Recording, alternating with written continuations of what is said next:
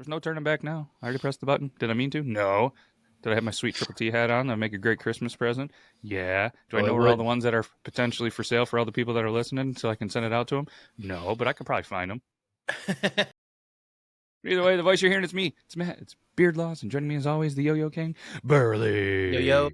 Gute does need another week off. We did chat with him a little bit. He was excited to come back, but he's got a lot going on. So we're like, hey, handle business. Come back the next week. And on top of it, if you listened to the episode before, we said we were going to mix it up a little bit, and he didn't get that message until too late. So he wasn't going to be able to do too much research. And, because typically we're traveling to a year. We realized we got a lot of 30s and 40s and some years that we just weren't super excited about. Yeah. And we kind of stumbled upon a story last week that left a lot of questions, and it was the Philadelphia experiment. And we said, you know what, let's try to maybe deep dive into this. It's a little paranormal. It's a conspiracy. There's a lot to it. And I know Burley had questions. I had questions. So we said, hey, we got a week. Let's research some stuff. Let's find some information. And let's throw it out there to the world. Our take on the Philadelphia experiment. Are you Mulder or Scully? Who are you? Who are you? Who? How did it describe it the other day? I texted you that long thing. I know you didn't read, but I saved it for the show, so that's why I was like, oh. No. It has nothing to do with today's show. It just, I was playing with dog. It didn't save. I just got a new phone. Oh, fancy pants. So I have it here. Apparently we do text quite a bit. So I have it here. It was, you sent this over to me. It says, if Mulder and Scully from the X-Files were to raise an alien child, it would make for an intriguing scenario considering their personalities, relationship, and the challenges such the situation would bring. And here's how it might unfold. So let's break down just their personalities to figure out who's who before we start these conspiracies. Okay, so you got the parenting dynamic. Scully has the scientific approach, being a scientist and a medical doctor, focused on the understanding of the child's biology and needs. Mulder's more of an open-mindedness, fascination with the paranormal. He would be a very passionate and protective parent. This is not working out the way I thought it was going to work out. It's a very parent related. I feel like we have to be a Mulder or Scully every single episode. Okay, but then there's challenges that they face. They got the biological differences, the threats and some stuff. And then it says why they would succeed, how the alien child might impact them. Raising a child for Scully could challenge or deepen Scully's faith, which he is, he's a very faithful guy. Mulder would reignite his expose the truth life and shift the focus to protecting what truly matters. Okay, I'm on ChatGPT right now. How would you say explain the character traits of Scully and Mulder? How do you spell Mulder? Mulder. Let's see. Fox Mulder and Dana Scully are two central. Okay, cool. Without getting into it, I think you're more Scully and I'm more Mulder. All right, we're about to find out. Here's the Fox Mulder. I forgot his name was Fox. That's a cool name. We need to bring that name back. Does it? But then it's incorporated in me or like Fox News and stuff, and I'm like, good point. There's a lot of animals. Let's pick like Badger. A beaver. Oh, hey. Mm-hmm. Okay, Fox Mulder, believer. Mulder is deeply convinced of the existence of extraterrestrial life, paranormal phenomena, and government conspiracies. This belief often drives his investigations. Passionate and obsessed, he is consumed by his quest for the truth, particularly about the mysterious disappearance of his sister, Samantha, which fuels his belief in alien abductions. Emotional and intuitive. Mulder relies heavily on his gut feelings and instincts, while sometimes leads to leaps in logic. His intuition is often correct, but clashes with Scully's scientific approach. He's eccentric and quirky. Dude, you might be Mulder, bro. He has a dry sense of humor, a love for sunflower seeds, and an affinity for oddball theories. I love sunflower seeds. His eccentricity adds depth and makes him endearing. Lonely. Mulder's dedication to uncovering the truth often isolates him, leaving him with few meaningful relationships outside of Scully. Were they banging? In real life or in the show? No, in real life. In real life, Scully, I forget her name, something Ain Anderson. I was going to say, in real life, I didn't think. In real life, she's a notorious lesbian. Slept with a lot of the top dog, like Megan Fox and stuff like that. They never dated. She's known to she can kill you naked, I guess. She got you. Yeah. She eats out at the Y. Ayo. So let's go to Scully now. Let's see where we fit in here. Mhm. She's a skeptic. Scully is a scientific and medical doctor who approaches every case with rationality, logic, and evidence based thinking. She often provides grounded counterpart to Mulder's beliefs.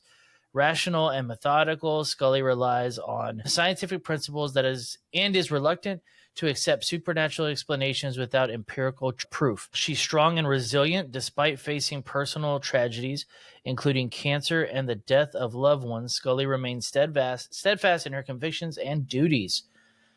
Duties.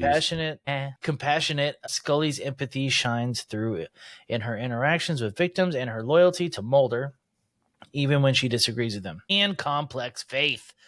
While a skeptic, Scully is also a Catholic and struggles with reconciling her faith and science, adding depth to her character. So who do you think you are? I think you might be a Mulder, dude. I'm a Mulder. I For think sure. I think I'm a Scully. I think so too. I think All we right. nailed it. Now that we've nailed this, now we have We this nailed down. it. Nailed it. Now we have a different dynamic. There you go. Dude, how good was the writing of X-Files, at least for the character development? Pretty solid. Pretty solid. Unless ChatGPT is just really embellishing some stuff I don't remember. It's possible. That's why it's always on the bottom. Make sure to fact check because ChatGPT is always. We need to have one of those at the beginning. We need the Micro Machines guy to talk really fast. I mean, yeah, we could speed it up. We'll do it post edit. We'll just say it and then I'll just speed it up. I'm in. Let's do it. Fair Let's do it. It's awesome. So again, this is a disclaimer. These are just the opinions of two people, one on the East Coast, one in the middle of America, based on our research, which was mostly from ChatGPT and Wikipedia. And podcasts. Podcasts. I might have listened to another podcast that talked about it to get some ideas. Hey, I came up with the Mulder and Scully one myself. So that's pretty good. All right, Scully, we ready to do this? Hell yeah, Mulder. That's good.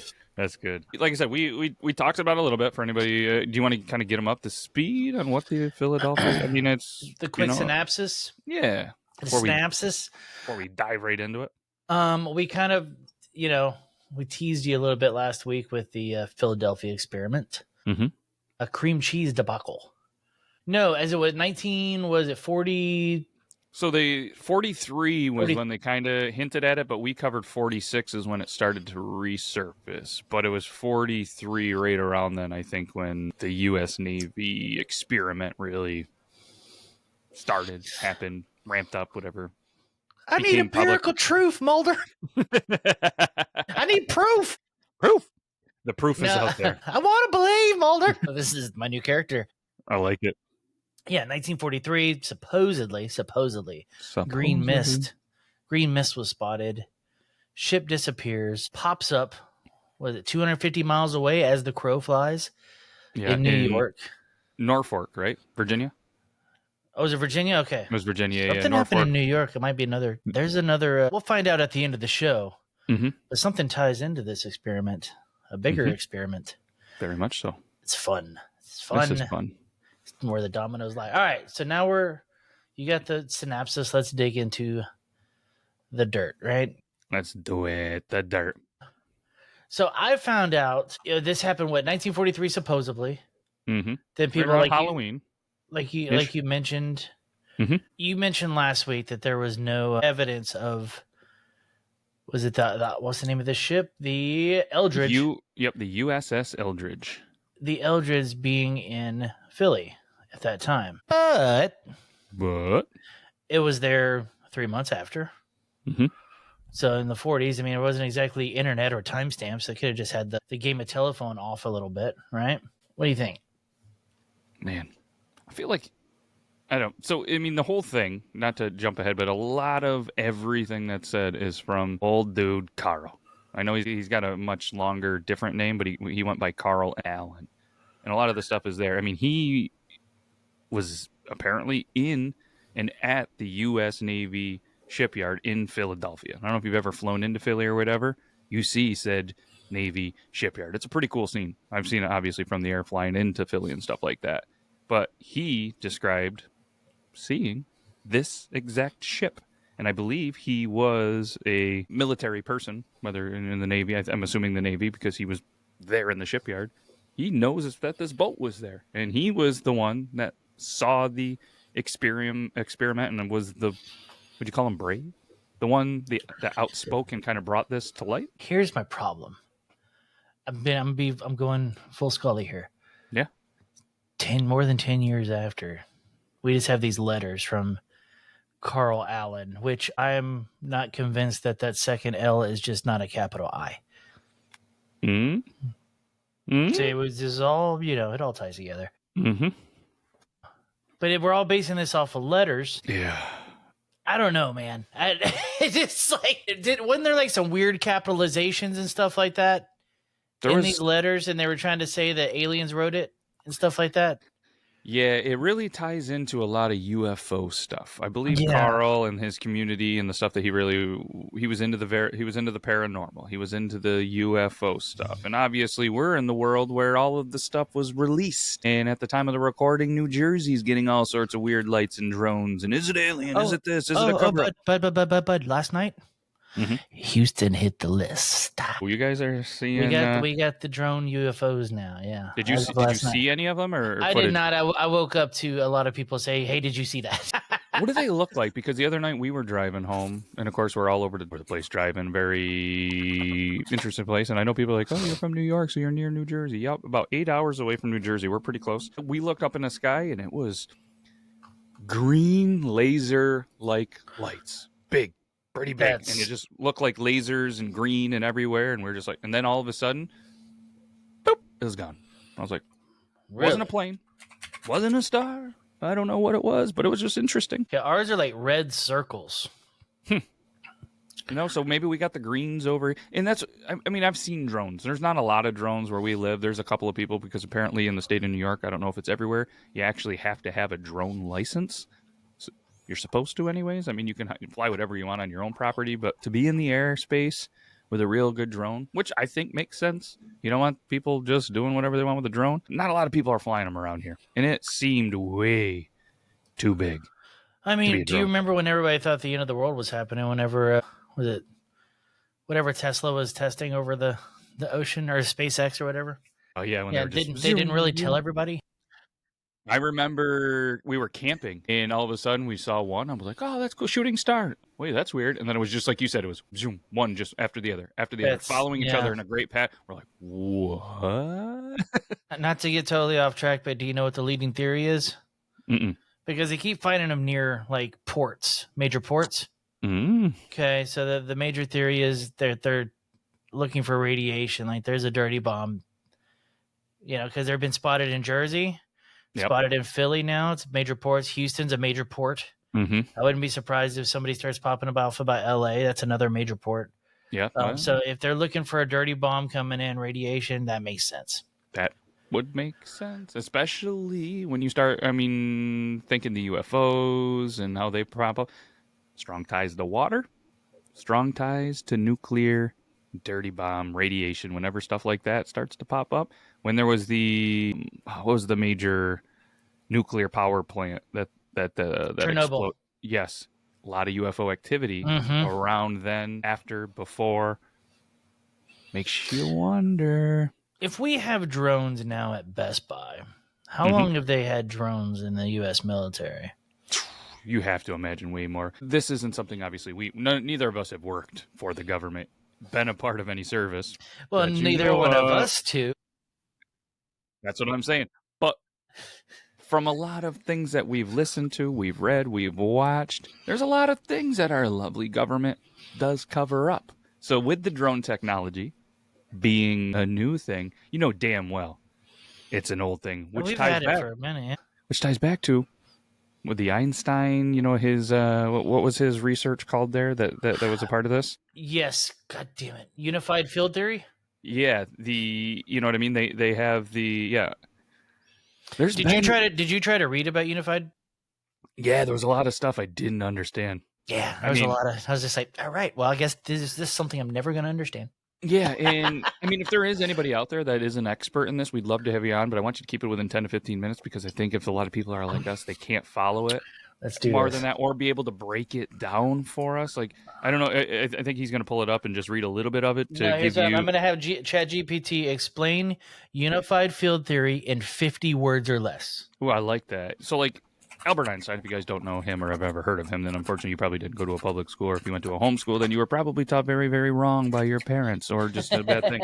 But Allen there, Carl Allen, put forward a very story of dangerous science-based and an alleged unpublished theory. So it was an unpublished theory of Einstein. This dude had a lot of theories in a world where you could have a lot of theories that there wasn't, they say, the scientific backing and proof to be able to do it. But there's all these theories and there's all this stuff that there has always been speculation about advanced technology for years. Not to go on a side tangent because we are talking about the Philadelphia Experiment, but just not only this where they're going to do teleportation, invisibility on objects that are as big as a ship, but the pyramids, the Sphinx, all of that other stuff. Advanced technology or a giant species had to do this. And there's cover-ups, and we can get into that stuff as not this I episode, but in believe future. I believe Alan or Jessup, I can't remember now, but one of them talked about having their minds erased. That's been a thing for. I mean, you think Men in Black just randomly thought of that? Dude, Mm-hmm. I would love to have that machine. I think it would get out of control. I would rule the world. No, I'm your king. Nope, definitely your king. I'm the king of the world. I've already got the glasses. Yep. Okay, so ChatGPT, 50 words or less, unified field theory. Unified field theory seeks to merge all fundamental forces of nature, gravity, electromagnetism, and the strong and weak nuclear forces, into a single theoretical framework.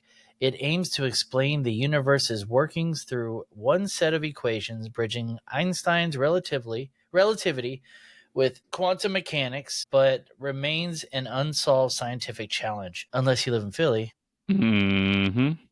Okay, so yeah, they used electromagnetism and they're claiming nuclear forces to teleport this thing. Everything seems to cycle back. Any podcast, any research to a couple of different things. The government, when it's nuclear and fire, are like two huge things. All of these buildings just burn, which looks like an explosion, and then next thing you know, generations from there, there's still a little hint of some radiation in the ground and in the area. So it's like, how long have these nuclear bombs and stuff really been used? I'm going to tell you, way before we think. And then that's like, Oh, what I else believe can a that. nuclear power do? Can it technically make things invisible and transport things? I think Bill and Ted was just there. Maybe somebody threw out some things and said, hey, maybe there is some time travel. Maybe there is some teleportation. You would have to have some crazy power like nuclear or something behind it to even if it is possible, right? Yeah. I mean, to quote the great Forrest Gump, I am not a smart man, but is there anything that naturally is nuclear? Oh, that's a good question. I don't know that. Is there any sort of like natural occurring radiation that is not man made? According to this, there are certain elements like uranium and thorium are naturally occurring and radioactive, meaning they're naturally nuclear, as they emit radiation through natural decay processes found in the Earth's crust. So I could essentially be digging a well and run into uranium?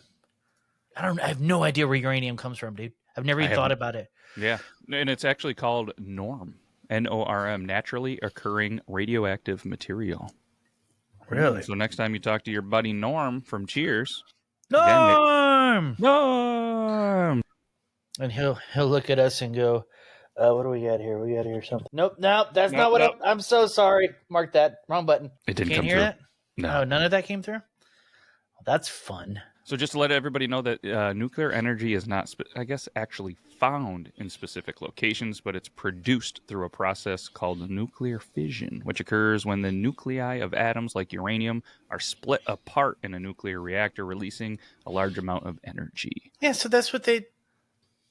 So there's nothing really naturally recurring.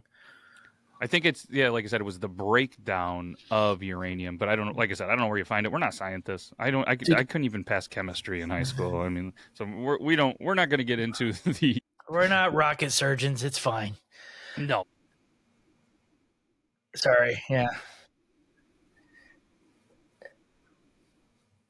Well, I want to say one more thing. The ship had just came back from the Bermuda Triangle. That's interesting, right? So, yeah, I definitely wanted to add that to the thing. I mean, I, in middle school, did a report on the Bermuda Triangle. I don't Ooh. remember everything about it, but I did it on one of those fold out poster boards. It was Hmm. pretty sweet. But how did it get to the Bermuda Triangle? Everything disappears. Yeah. Did we just avoid that area or did it just stop happening? That's what we've always wondered. And isn't there's that area and there's one other area, and I think we mentioned it before, that is in the ocean that to this day planes can't go over it. Like if you look at flight maps and stuff, we'll have to dig it into another episode Mm-hmm. where there's just a huge circle. And if you look at the flight patterns, everything has to go around it. No ships can go through it. It's just a certain area in the ocean, and nobody wants to talk about it. And I've seen it on another show before. Where's it at? I wish I could remember. Just is it in the middle of like? I want to say my brain says it's kind of east of like North and South America, like somewhere in that area. I know it's a huge area, don't get me wrong, but I almost think that it's down Is there. it Or is it far enough that we could just rent a boat and go to it? I think you would need a very large ship. Okay. I would have That's to what I was imagine. trying to figure out. How far off the mainland? I mean, I've been on a lot of rivers and lakes with boats and then hit storms and stuff, and it's pretty scary. I couldn't imagine just taking a boat onto an ocean. Have you not seen Jaws? I just downloaded all 4 of them. Yes, I have.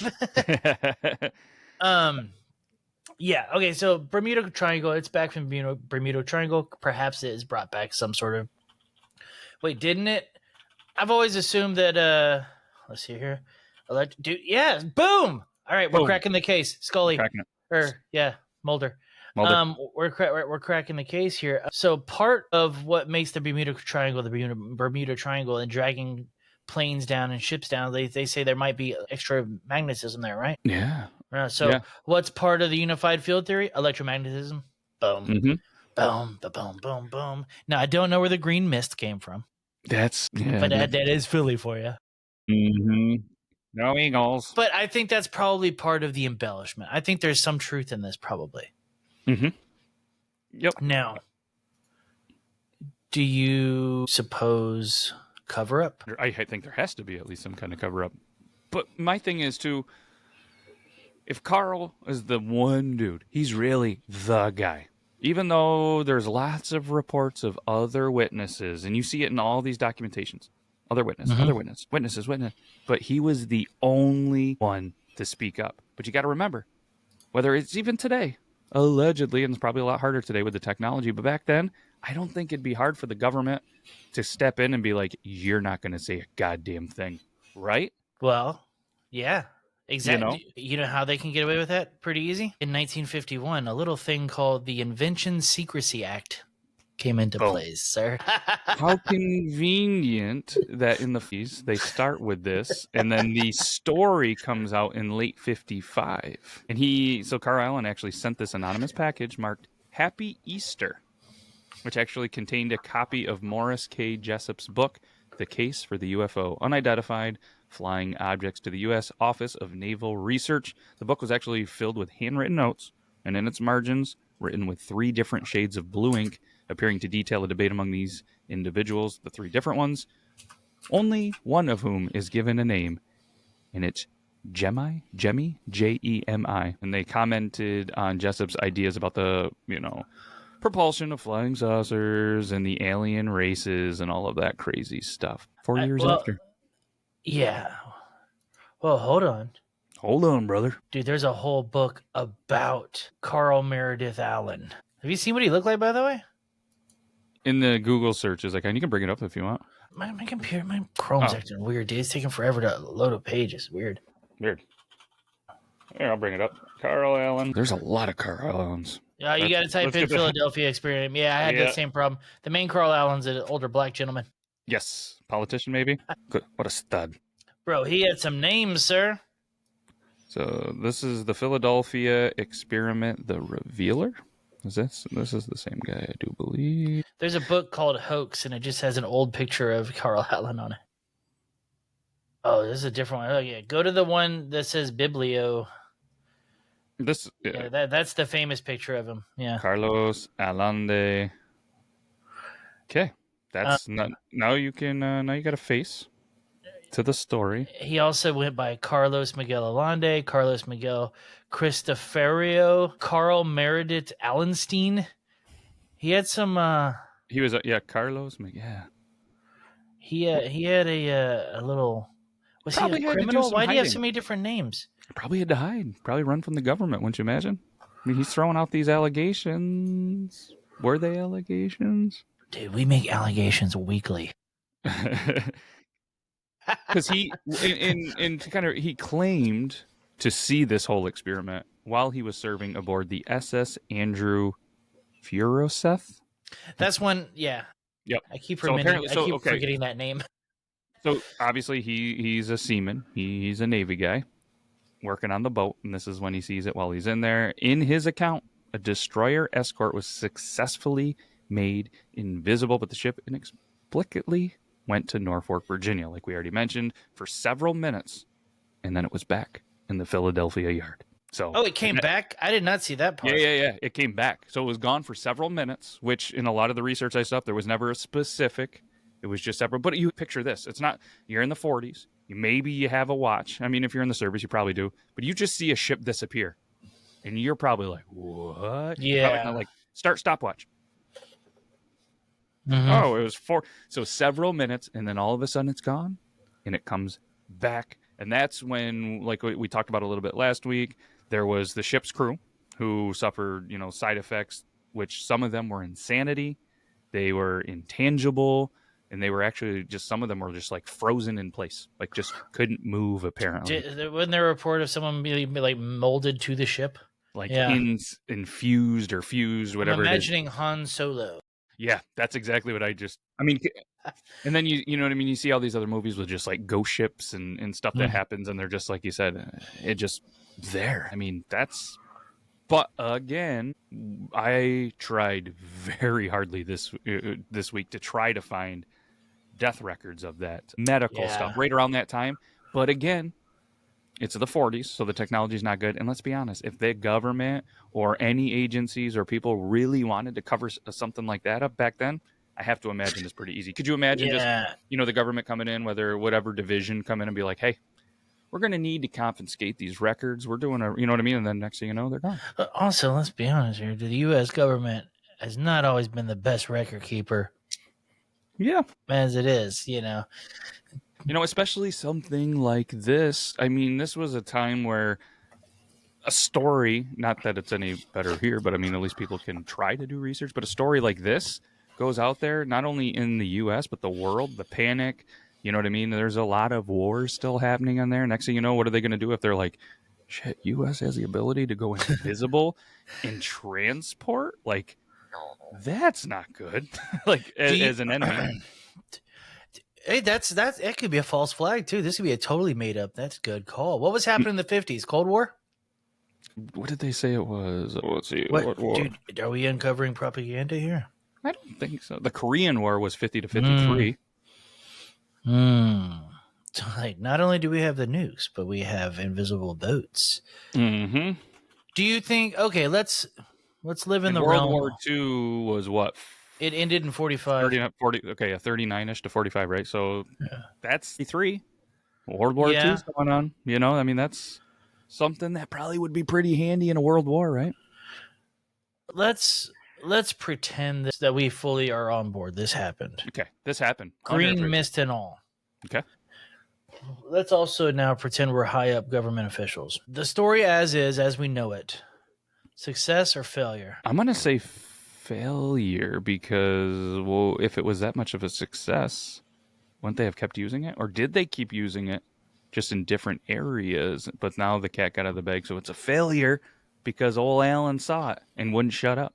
Yeah, old Alan got off the boat before it happened, but let's go the other way. If it was true and they really needed to cover up, why didn't they just kill him? I have to imagine the government could potentially just get rid of somebody, right? Or offer him to shut up. Easily. Why didn't go? Is this guy just like? Well, I mean, it's one of those things where, like, if you uncover a government thing and then they come up missing, bad luck. Good point. Yeah, got in a car accident. Shot himself twice in the chest. I don't know how. Yeah, I mean, it's one of those things where it's like, He becomes a martyr and the story gets bigger, right? Mm-hmm. I mean, I feel like it would be a success. I mean, you made a whole ship disappear. You're a high up government official. These people are just numbers to you. So you're Yeah. not worried about the deaths involved. Yeah. You can cover those up easy. We're in the nature of killing and business is good. But I feel like it would be we made a ship disappear and brought it back.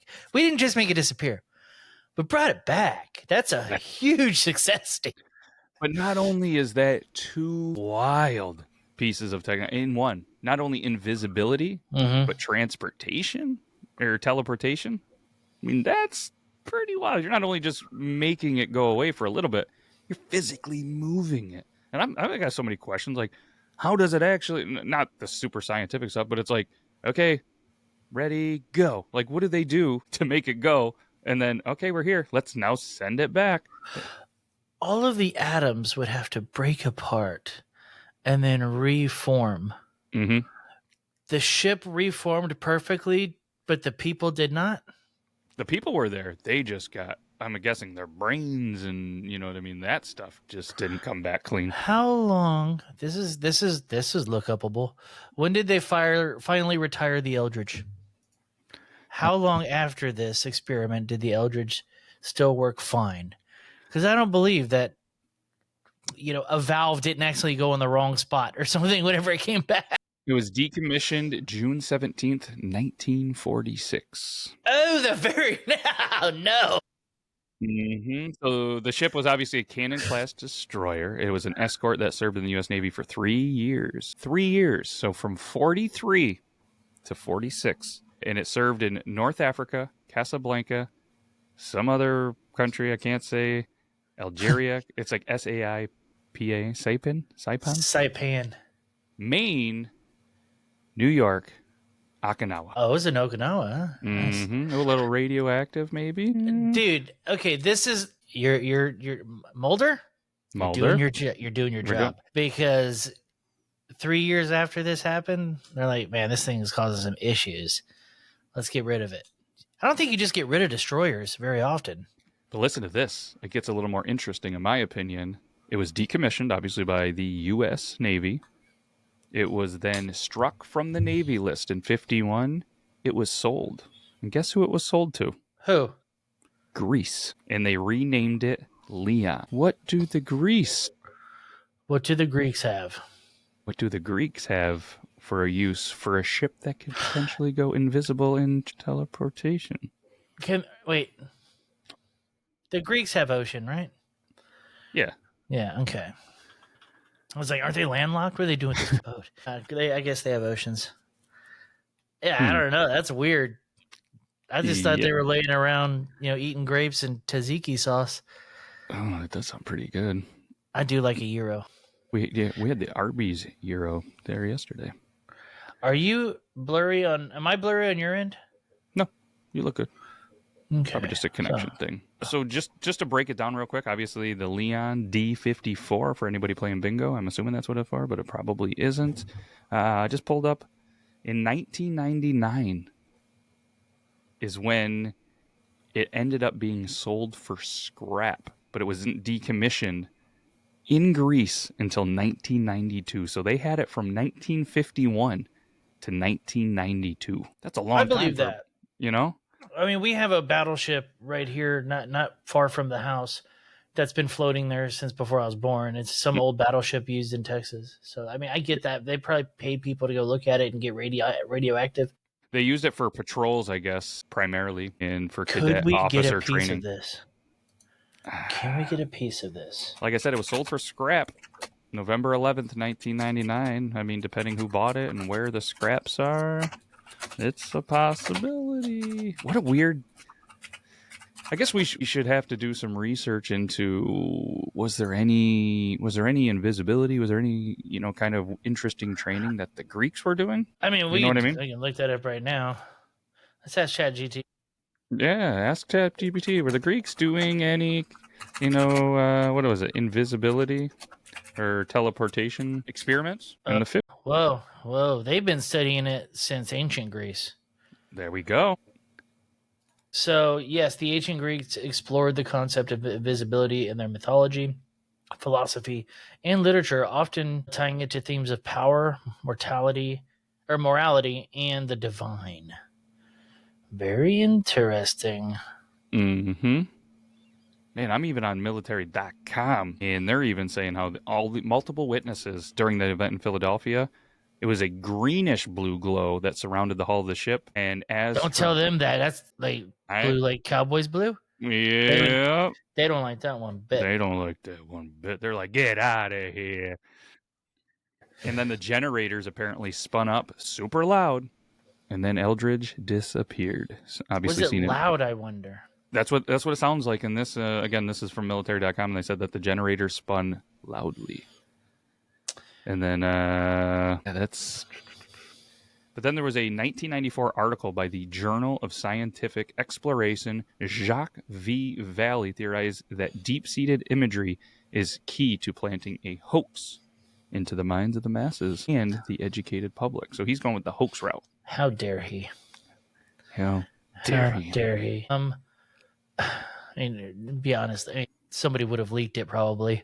I would, Yeah, but you know. kind of like the moon landing. Future episode. Future episodes, stay tuned to that.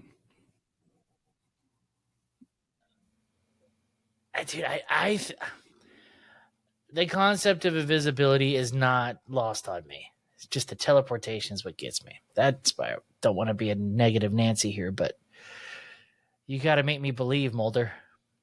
You got to make me believe. You got a girlfriend I can take on a date. So again, according to military.com, and Edward Dungeon, I think that's how you say his name, who actually served in the U.S. Navy aboard the USS Engstrom, which was dry docked in the Philadelphia Naval Yard while the Eldridge was. Both ships did have classified devices on board. They were neither invisibility cloaks nor teleportation drives designed by aliens, but instead they were actually out there to scramble the magnetic signatures of ships using the degazing technique. D-G-A. Degassing? You think that was the smoke? The technique in this technique actually provided protection from magnetic torpedoes that were aboard U-boats. So there was a suggestion that the green glow reported by witnesses that day could be explained by an electric storm, or St. Elmo's fire is kind of, I think I've heard of St. Elmo's fire. I don't know what that is. I've always heard of that is a movie, but I don't know anything about what it is. Yep, which is a weather phenomenon in which plasma is created in a strong electric field, which actually gives off a bright glow that kind of looks like a fire, and it can be green, it can be blue, it can be orange, depending on. So what you're saying is, you said electric, right? Electricity. Yep. So apparently these boats, and it's documented, and this is like out there, that they did have magnetic devices on these boats to protect them from magnetic torpedoes that were when they were around U-boats. So they were giving off that magnetic, like we keep talking about. Covered in magnets. Mm-hmm. Just came back from Bermuda Triangle. We got a little electricity sets off what? Electromagnetism? I think that's how it works. That's how it works. Mm-hmm. It's how it works. And then boom, we got St. Elmo's fire. But St. Elmo's fire made it electromagnet. So we're halfway through the I should probably keep that up, Chat GPT, the unified field theory. I don't think it's no longer a theory. I think we're there. And what they've also are trying to say, whether it's real, whether it's a cover-up, which I know that these are a thing, but there's these things called canals. And you could get from Philadelphia to Norfolk in canals, not go all the way around the ocean, but you would have to do it, and it would take between a couple of hours, not minutes. Not minutes, yeah. Okay, but you could, pumped. So if they embellish it a little bit, you could take a huge ship like that, get through some canals, get from Philly to Norfolk at this time in a couple of hours. Maybe it's like inflation, dude. Like an hour in the 40s is like 10 minutes here, Yeah. Or whatever, vice versa. Yeah. It's inflation, yeah. Yeah. So maybe, they see the green glow. Maybe they do see this, they're maybe, like letting the air out of the brakes. They're taking the magnets or whatever. They're kind of just decompressing them. They see this glow, or they're firing up and testing them. Maybe there are some people on board. That can't be good for you. Maybe it was a malfunction in one of the devices. Maybe some people go insane from it.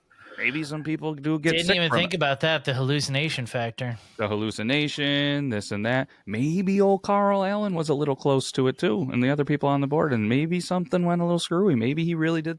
Hey, they're gone. It's gone. It took the canals, There's and then all of a sudden, holy shit, it's back. It was only gone for a little bit. Maybe he got Men in Black by accident with the magnets.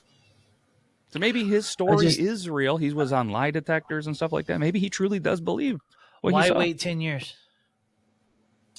But there was the stories, there was the book. He sent some stuff. Then Jessup gets involved, and they go back and forth. Maybe it was just a way for them to sell more books on UFO stuff. Do Maybe you that know was it. about the movie situation? I don't. Tell me about it. Because there was a movie called The Philadelphia Experiment that came out in, I think, 84. Yeah, I know there was a movie, but I didn't look into anything about it. It's stupid. But when it came out, I should have wrote this down. I was like, I'm going to remember this. Guess who didn't remember this? When the movie came out, some other older fella came out and was just like, this jogs some memories to me. I also have some shit to say. And man, That's how it kind of works. Isn't it weird? All of a sudden, the UFO stuff gets released, and now everybody wants to talk about it. yeah, yeah. But again, what was one common thing? They were told they couldn't talk about it by the government. Who's they? All of the witnesses. And, and all the stuff. The pilots, remember when they released all the UFO stuff, and all these pilots are like, we saw all this stuff. We were told that it was classified information. We couldn't talk about it. You know what I mean? And that was a comment. I don't know if you got into when they released all the UFO reports and stuff and into that at all, but I watched a lot of stuff and read a lot of stuff, and that was the common thing. Like, we couldn't talk about it. We just couldn't. And if they did, they got weird little knocks on the doors. They got people watching them. They were not allowed to talk about it. Their life was miserable if they did. Yeah, I mean, I guess. And what would you mentioned New York? We're getting towards the end of the episode, and I think this is the tie that you were kind of talking about, the log of the Eldridge. Obviously, they're keeping logs, and like pilots, like boats, they all have to do that. The records indicated that the ship was in the New York harbor, not Philadelphia, during this alleged experiment. Right. Which threw a whole loop. But let's be honest, could logs be altered? I'd have to imagine. I don't know. I've dropped logs. Yeah, I've buried 1946 logs were, yeah. logs. I didn't even, wait, I don't know when whiteout was invented, but they probably just wrote brand new logs, to be honest with you. I can't find the name of that guy, but anyways, there's a dumb movie in the 80s about the Philadelphia experiment where two soldiers were trying to jump off right as the experiment started. They didn't get off in time and ended up 40 years in the future, and the whole movie is about them trying to get back. It's a terrible movie. Yeah. Sir. Yeah, based on a story. Yeah. Based on a story. Oh, yeah, right here. Obviously, there was in our notes, we have the cultural impact, and despite widely being debunked, as they put it, it remained there, but notably the 1984 movie, The Philadelphia Experiment, which fictionalized the events. But it did have some scientific context and stuff like that, because it, like we talked about, had Einstein's, yeah, whoa. Man, whoa. Man, that's oddly racist sounding. Got Albert's field theory and quantum physics and wormholes, which is something that I also don't know a lot about, but there's been a lot of talk and stuff in history about those. Wormholes are interesting to me. Very interesting, right? Which could explain the teleportation and dimensional travel. But again, there's no evidence, which I don't know if you're into true crime or movies like that. There's never enough evidence, it seems like. Well, I mean, everything's a conspiracy theory till it's proven, right? So, I mean... But there was a couple of possible explanations. We had obviously what we just talked about, where the St. Elmo's fire and stuff like that. The fabrication and misinformation, obviously Allen's account and later embellishments may just been entirely fictional. Let's be honest. He probably saw some stuff. He was in the Navy during a world war. Maybe. Oh, well, they proved that. They proved the writings. He was like, yeah, this was written by aliens or whatever. And some hand person was like, no, you clearly, I recognize it's your handwriting. Yep. The aliens, maybe, and obviously the whole world at this point is, from the Cold War era, the World War. There's a lot of I cannot, paranoia. Yeah. Got it. Take three. And fascination, obviously, with secret government technology. That was just a big thing, apparently, in those times where everybody, which, hey, to this day, it's still kind of, what's the government up to? They were thinking it then, they were thinking it now. Like, maybe it could happen. Maybe it, yeah. And like I said, it's not like they could get on the YouTubes and the Googles and listen to shows like this to be like, you're right, you're wrong. Hell with them. Dude, this would probably get in somebody's head back then, but like, can you imagine taking Alex Jones 50 years back? Whoa. Whoa. People would be riots. Maybe Alex Jones was around, but nobody knew about it because of technology 50 years ago. 50 years ago was the friggin' moon landing. We landed on the moon. 2024, right? And they did it in 64? What year was the moon landing? Good question. Because we started looking into this for a future episode. Spoiler alert. The moon landing was it 69? 69. Trick question. Never happened. Boom! Boom, boom, boom, boom. I'm Scully, bitch. Let's go. Yeah, that's Scully. Okay. We're gonna wrap up. I need to know, what do you think? Are you gonna leave this like open ended? I think we put our final take on it. I mean, for me, I'm saying it didn't happen. I'm gonna go with it. Was there some government cover? I almost combine government and cover-ups, which could be a cool word. That. Governments or something. I don't. I think there was some stuff that was potentially true. I think there was a lot of stuff that was covered up. Do I believe that ship went invisible, teleported within minutes, back and forth? I'm going to say no. I think there's way too much evidence, way too much debunking. I'm going to say it did not happen. Now, to kind of, I guess, play both sides of it, do I think the government has secret little not even secret, but secret to us technology and abilities to do things like this then and now? Absolutely. And I'm jumped on the whole theory that old Carl's nuts, some undiagnosed PTSD. He went a little crazy, got into the UFO stuff, which at the time they were told wasn't real, really ramped that up into his brain. And I think he saw the degassing, or however we say that, of the St. Elmo's fire. I think with the magnet technology, I think that's what he saw. I just don't know the log theory. That's the one thing that's a little bit off. Like almost everything's like, yeah, it was in Philadelphia. All these people, Philly. But why put the logs in New York when it's clearly seen physically there by so many people? Well, it's kind of like, I think people trusted the government more back then. You know, without there was every forever there's always been people that didn't trust the government, but and that's how this country was made, right? But I believe that there was more truth in, like, if Cronkite, let's just say Cronkite went on the news, it was like, this isn't real. Most of the country's gonna be like, yeah, I've only got four channels on my TV. All four of them are saying this is incorrect. I'm gonna pick up a newspaper by a credible source. Oh, yeah, I guess that's right. It. Now let's see what Marmaduke's up to. But the fact that everybody kind of trusted the government, I think that they could just get away with anything. Is there some squirrely business going on? For sure. I believe that maybe we did come up with some sort of a cloaking device, But yeah, the whole teleportation thing is, I have a hard time believing that. I mean, just to the whole ship didn't away and brought back together, but only the humans were not the ship. I mean, in speaking of that, like if you were to send a human, you have to scan every single atom in the body, transmit this data, recreate the body 100% exactly at the said destination. That's just a person or a squirrel or a rabbit. You're talking a huge world-class ship. Dude, you just hit the nail on the head. How come we haven't heard any stories of like them like tossing a rabbit through a teleporter just to see what happened? Yeah. We never even heard about this. Somebody would have leaked that for sure. Somebody. I would spend good money to watch a rabbit get teleported incorrectly. I mean, you have all of the documentation on cloning animals and doing that. That's a known thing. They're able to clone them, this and that. But to transport one? You didn't hear nothing. You've heard of no failed test, nothing. I mean, even if you're trying to, I mean, I haven't Googled it. Maybe I probably should have before, but I'm saying there's probably no, I've never heard a story of anybody saying, we were able to transport a rabbit from grandma's to Uncle Bill's. I feel like, yeah, the amount of, that's got to be searchable. We got a couple of minutes. Yeah.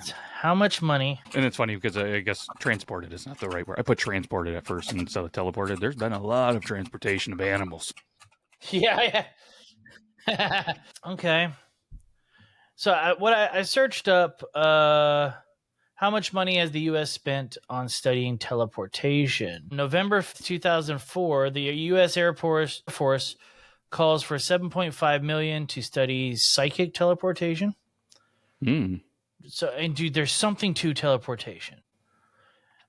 So in 2005, the Air Force spent $25,000 on a report called Teleportation Physics Study, which is in the archives there. And check this out too. Well, not to cut you off, but I guess I'm gonna. Scientists have been able to teleport particles on the subatomic level through quantum entanglement. Is that from 2014?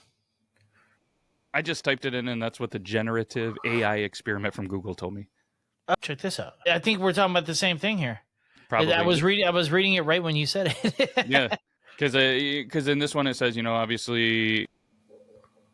So mine just popped up and was like, no, an animal hasn't been teleportation for animals, but there's been experiments that made animals appear to teleport in some way. So researchers took actually rats, created a box with different lighting schemes to kind of trick the rats into thinking they were in different rooms, and the rats' brain activity showed that they believed that they were actually in different places. So they're doing research on that. Apparently they've taken fish and created a setup within 2 tanks, each containing a live fish and a robotic replica. The robotic replica's movements were controlled by the live fish's actual movements, creating the illusion that the fish were teleported between tanks.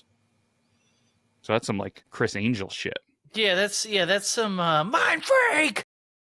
And then researchers claim that they made the first quantum entangled animal by freezing 3 tardigrades and placing them between. I know those animals. I work with them.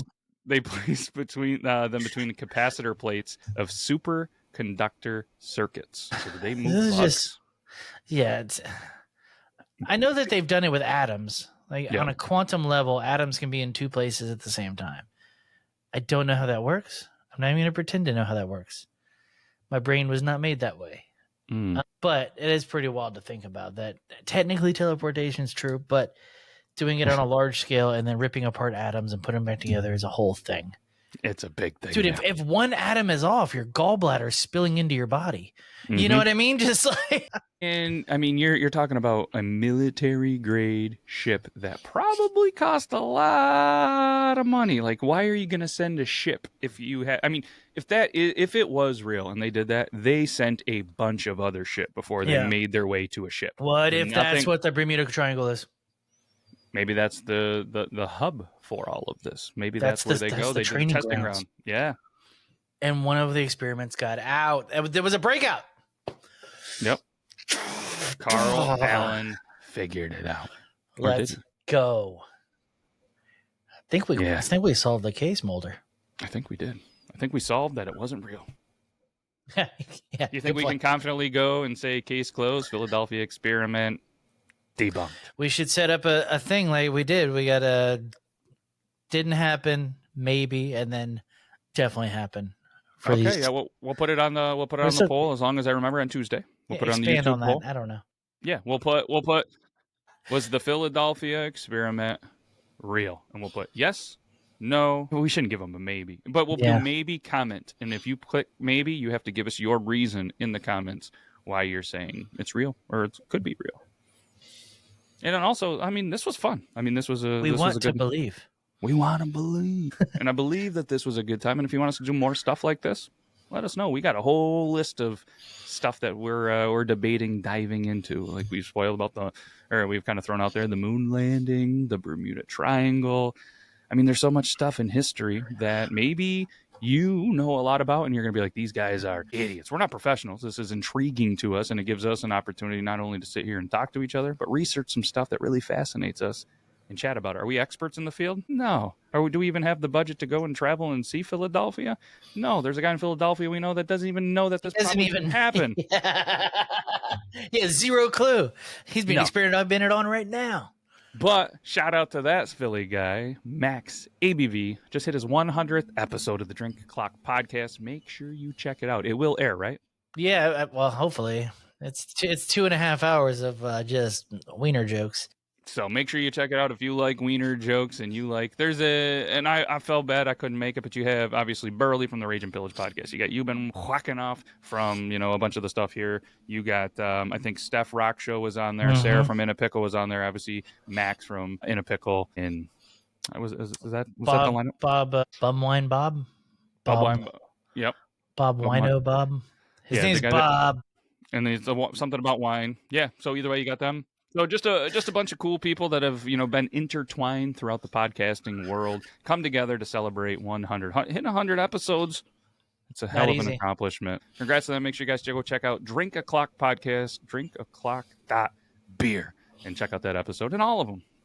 I know I'm not just saying this. Like I've said it to him, I said to you, I love the concept that he does. Just come have a drink with me and chat for a little bit. Like just a cool thing. He's all over the place with the interviews. So it's not just one, like just not sports. Not just UFOs, not just and he's not lazy like me and just does repeat guests. I don't think he's ever repeated a guest. So I don't think so. I mean, and that's how I met him. Yeah, I randomly saw something online and we connected, and apparently something happened with my video on his platform. So I don't think that was the one that never aired the video. So I was kind of bummed. I was like, God damn. But I think the audio's out there. But either way, maybe I could be the first repeat guest. So technically I don't have video, but. Yeah, make that happen. Make that happen, Max. Make it happen. But all right, that's a wrap. We'll get out of here. We'll come back next week. Do you want to come back next week with something else like this, or you want to time travel? What do you? Do we want to? Do we want to tell them now? You want to tease it? Let's tease it. What do you want to do? You pick it. I'm going to put you on the spot. I don't know. I say we hold off on the Montauk project. I do too. Maybe would be in the holidays because the next one's gonna come out on Christmas Eve. I wonder if we can find an interesting conspiracy theory. I can do that. That ties into holidays, Christmas, something crazy that happened to kind of really play in on the holidays. There has to be. We can just debate whether or not Die Hard's a Christmas movie. The corporate hijacking of Christmas. Ooh, what's that? Basically. Corporations took a pagan holiday and made it a way to make money. That's what Christmas is. It really is. I don't know if that's really a conspiracy theory. That's just what ChatGPT gave me when I typed in, give me a Christmas conspiracy theory. Nah. Well, you know what? No tease. No tease, because we don't know what we're going to do next. But that's the beauty of it. Come back next week. It's either going to be the moon, because let's be honest, everybody loves that, and that's a good one, or it's going to be something Christmassy. Control through tradition.